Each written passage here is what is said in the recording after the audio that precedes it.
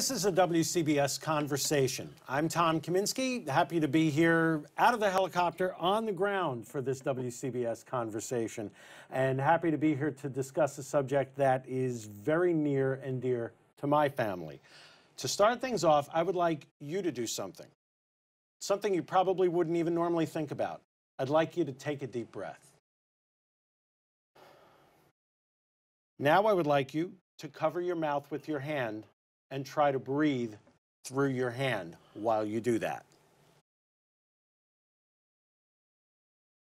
That's life every day for someone with a chronic lung disease, such as cystic fibrosis or pulmonary fibrosis.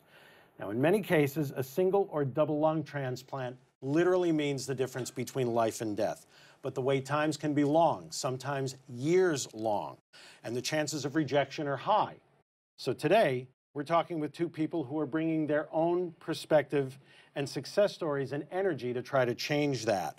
They are part of the Lung Transplant Project at Columbia University Medical Center in New York City. We have Jerry Cahill, a cystic fibrosis patient and advocate, Director of Education for the Boomer Esiason Foundation. Jerry is himself a double lung transplant recipient. And Victor Fink, who is a lung transplant recipient as well, and president and founder of the Lung Transplant Project. Thank you both for being here today. Now, in full disclosure, my wife, Lynn, who is a cystic fibrosis patient, received a double lung transplant at CUMC this past summer. She is in the audience today watching and free of an oxygen tank for the first time in many years, able to be part of life again, and that's why this is so important to us. I want, since you each come at this from a different perspective, I want to each just kind of get what that perspective is from each of you. Jerry, we'll start with you, and your story seems to be summed up in your signature phrase in your work, "You cannot fail." Well, yeah, I have cystic fibrosis. I was diagnosed at age 10. And I grew up with that mantra that you cannot fail from my parents. I was sick a lot as a child, and they would always say to me, "Don't worry, Jerry, you're not going to fail, that everything will work out and you'll be fine." And that became a mantra for me my whole life, and nothing ever stopped me. I was very involved in sports, which was probably the best thing for me with cystic fibrosis, to keep my lungs active and keep my lungs clear. And I went on to, in high school, I ran track. In college, I competed. I was a pole vaulter. Went on, had a full career. When I started to get really sick with cystic fibrosis, I had to go out on disability. And I started doing some volunteer work at the Boomer Esiason Foundation. Boomer's been great. He believes in giving back to people with cystic fibrosis as we await a cure. So I did a lot of programs there, and I continue to do programs there. And one of the programs we do is that you cannot fail. You are the hero of your own story, is to inspire people with cystic fibrosis that are just living their life daily or overcoming obstacles and undergoing a transplant. I had a transplant 5.5 years ago. 3 months post-transplant, I ran a 10K with the Boomer Esiason Foundation, and I've just been relentless in life and keep going. I'm going to be biking 500 miles in a few weeks, doing Bike to Breathe. So yeah, I just believe and that you cannot fail, and that there's a lot of obstacles in life and bumps along the way, but you just got to keep moving forward. Now, Victor, your story kind of comes at this from a completely different angle. Well, while Jerry had cystic fibrosis, I had pulmonary fibrosis, and it happened about 10 years ago that I'm walking up a flight of stairs and I'm just having a difficulty breathing. So I went and I had my heart tested, and it wasn't my heart. So I said, well, what could that be? So then I went and had my lungs tested, and they found scar tissue starting to scar my lungs. And pulmonary fibrosis is a disease that they don't know what it's called, idiopathic pulmonary fibrosis, because we don't exactly know why it does, but the lungs just start scarring themselves until 5 years later, I reached a point where I just could not breathe anymore. I was in oxygen 24/7.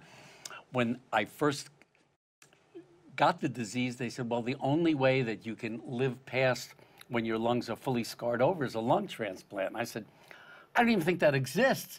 So my wife said, forget it, we're not doing that. But as we did our homework, we said, wow, this is the only way out. And while it's not a cure, Jerry and I have both received lung transplant. It does not cure the disease. What it does is it extends our lives. So we've both been lucky guys in that we have this wonderful life extension. I got a single lung transplant. I'm still in good touch with my friend Marty Kaplan, who has I have the left lung, he has the right lung from the same donor. So I always say, Marty, how are you doing? You know, how are your thoughts these days? So I enjoy always seeing him. I'm glad to see he's still alive. So it's been an adventure.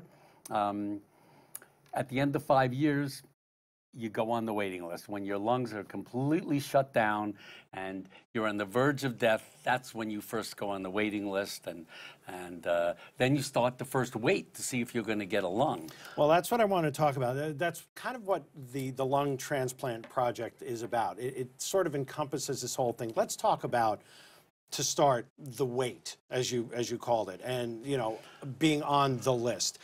You watch any medical drama, you know, someone gets put on the list, and by the end of that hour, they have their lungs, and they're on their way home. And you and I, both of you, we all know that that's not the case. For someone whose only exposure to this is watching a medical drama, what's it like to be on the list? Well, being on the list is, it's a roller coaster ride, and it's a wait, and you have to, the best thing to do is to stay active and go about your life as best you can. And the stronger you are going into the surgery, the quicker you'll recover. I was on the list probably for, it's over 5 years, but then I was activated on the list probably 2 years out.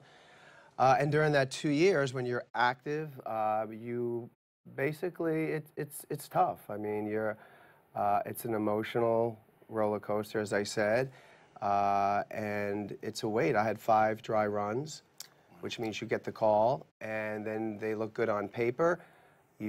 All 5 times I had to go into the hospital, and you wait, because the surgeon goes out to check the lungs and wherever they're located, and then they'll come back and say it's not a go, you can go home. So it's something that you just can't sit home and stare at the walls waiting for that call. You got to go about your life, but it's not an easy situation. But I was ready for the transplant. My quality of life was not good. My lung function was at like 18%. I was on oxygen 24/7. I didn't want to live that way any longer. And I remember getting the call, the final call. I was at the foundation working on some lung transplant programs where we give out grants to people that were waiting. And I remember saying to the coordinator, well, I'm not going to come in right away. This is probably not going to be a go. And ended up going in like 5 hours later at 7 o'clock at night. And I was pulled into surgery at like 5 in the morning on April 18th, 2012. Mm-hmm. Victor, what was it like for you? Well, what's fascinating, and I think Jerry brings it out, is that he did 5 dry runs. Well, only 1 out of every 6 lungs is transplantable. So you think you're getting a lung, somebody makes the donation, but you go through all these dry runs where when they get you in the operating room, they bring the lung, they fly in the lung from somewhere, and then they check the lung out. Oh, it has a little pneumonia in it, has something a little wrong. So that's why there are so many dry runs, is that they will only transplant perfect lungs. And Columbia University Medical Center, where both of us were transplanted, has the highest success rate in the country, which puts us in the world. So they're very finicky that they don't want to give us a diseased lung. The other fascinating statistic is that 20% of us patients die on the waiting list. So, you know, it sounds like you're just waiting. No, you're dying also. So a lot of people just never get there. And it's an incredible thing to think that you're waiting, but, you know, you may not make it. So for me, you know, 5 years, you know, I was put on the waiting list. I had my first dry run. I got all in there. You scrub up. You think you're getting a lung transplant, just like Jerry said. Then they send you home. And then 2 months later, I get another call. Now I'm really short of breath. So, but it's a miracle. It's fantastic that they could do this, and I'm thrilled, you know, to have somebody else's left lung breathing in my body. Now you both talked about the wait times, you talked about the dry runs. That's part of what the Lung Transplant Project is an attempt to do, raising awareness, tackling some of these challenges. So we've talked about wait times. The average, when you first go in, the average, everyone is told, is 6 months. And the word average really is exactly what it is. The reality is usually the wait is quite a bit longer. One of the reasons, and one of the things that shocked me when my wife and I started this process, is the fact that New York ranks almost at the bottom in terms of registered organ donors, 49th out of 50 states. And there are various reasons for that. And some of the things that I had encountered and my wife had encountered was this perception of, well, if I check that box on my driver's license, if I go into the hospital for something, they're not going to treat me because they're going to need my organs. And things like that. So what are some of the things that can be done to change that perception? Well, certainly there are not enough donors. And it's amazing, New York, the most progressive, or what we think of as one of the most progressive states in the country, has the second worst organ donation list anywhere. So I think it's because maybe at 18, when you go do your driver's license, you think, I got to make a decision then. But the reality is we can make that decision any point in our lives. And there are 2 websites that you can go to and just even set yourself up as a transplant patient today, so that if you should pass away, be in an accident, something happens, that you can donate your organs. So, and those would be organize.org. And you can go on to Live On New York. right, that's the other. Thanks, that's Jerry. another great area. And the interesting thing about New York, it's very diversified culturally, religion and whatnot. So a lot of people have these preconceived thoughts about being an organ donor.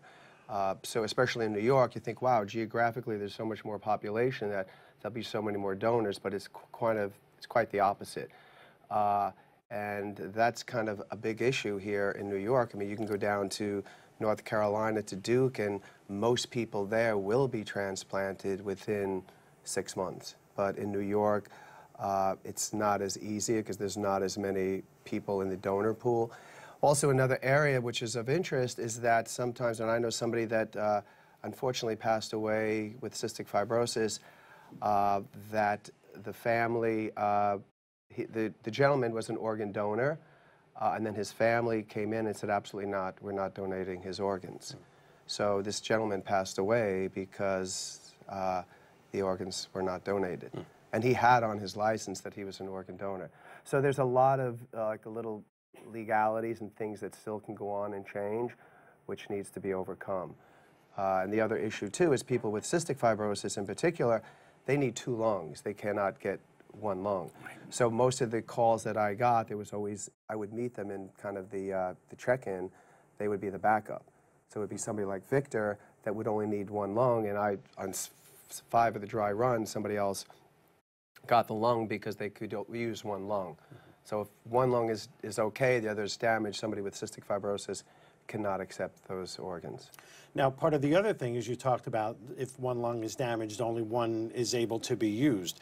Now, the research, the Lung Transplant Project also is very heavily involved in the research of this, of ways to try to improve that. So tell me a little bit about some of the progress that's been made there in terms of the research and ways to get these numbers up and ways to have these things improve.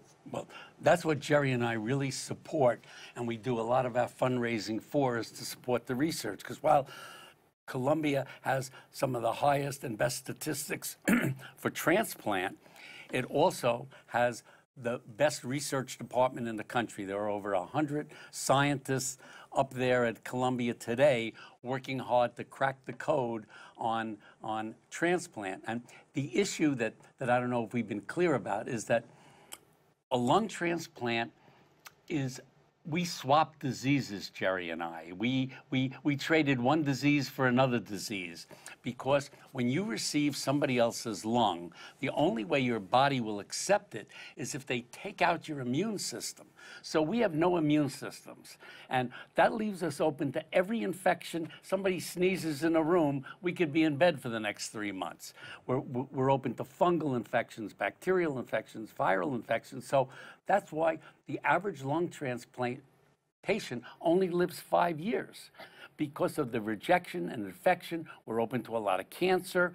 So the research that they're working on is ways to trick the body into thinking that the lung belongs. It's this immunotherapy so that the body believes that the lung is not a foreign body and it accepts it, and then guys like Jerry and I don't have to be on rejection medicine, and that stops the infection, and then it's an operation like any other operation. And it's not, you know, the two of us over here, life after transplant is no walk in the park.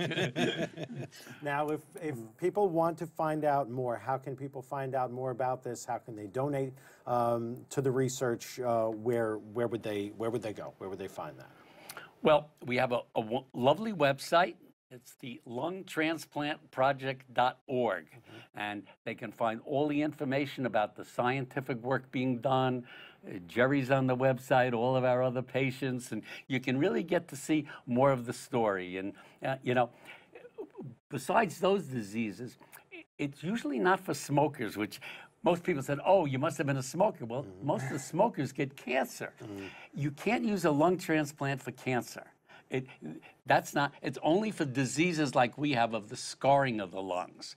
So so it's these kinds of emphysema, COPD, cystic fibrosis. Those are the patients of lung transplant. And our website, lungtransplantproject.org, is really where you can get all the information. Columbia also has a wonderful website with a lot of information on it. And it's really about education. We need to educate a lot more people, whether it's, you know, about cystic fibrosis or it's about getting a lung transplant. So it's education and making people aware. So there is more people out there donating their organs that are organ donors.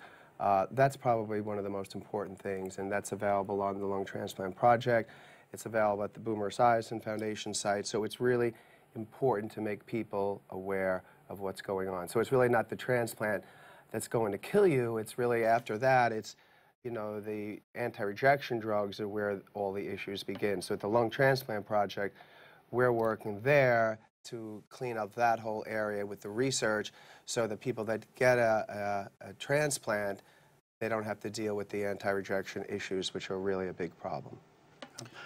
I should also say that Jerry works for the Boomer Esiason Foundation, but I don't know if we said that Boomer's son, Gunnar, has cystic fibrosis. Right, that's how that Boomer got so started. involved from being such a famous quarterback. Years ago, he and his son were on the cover of Sports Illustrated, and he's 26 years old now and doing well, but someday he may need a lung transplant. And he and Jerry have been big supporters of the Lung Transplant Project and in their donations to help the research that's being done up at Columbia. Just a final question for both of you. What's it like to have a new life? Well, to have a new life, it's a gift.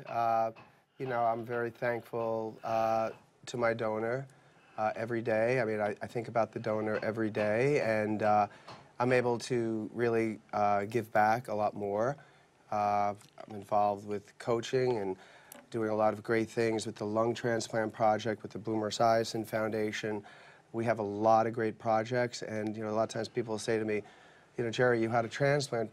What are you doing? Get out of it. Go live your life. But you know, it's important for me to kind of, you know, kind of pay it forward and give back. So I'm doing that, and we're doing a lot of great programs to create awareness and all good things. So to have a new set of lungs gives me a new lease on life, and I'm able to do a lot more. Victor? Well, it's a bumpy road. It's a bumpy road. You think, wow, I got this miracle lung. I'm all done. It's the start of a new set of medical issues. And you know, a lot of days I wake up, I said, well, I'm not going anywhere today. But the next day I get up and I go out and I have a great day. So, you know, I think we both appreciate life so much and, you know, try to make the most of every day that we have. And while, you know, we're open to so much infection and stuff, we really try to get all the joy out of life that we can. And the two of us volunteer a lot of our time just to give back and show our thanks for this you know, amazing miracle lung. 20 years ago, we wouldn't be sitting here today. So we're excited, and we'd like to be sitting here a lot longer. So we hope the research is successful, so that your lovely wife and transplant patients around the world could breathe a little easier. Victor Fink, Jerry Cahill, thank you very much for joining me. And more information can be found at their website, lungtransplantproject.org. I'm Tom Kaminski. Thank you for joining me in this WCBS conversation.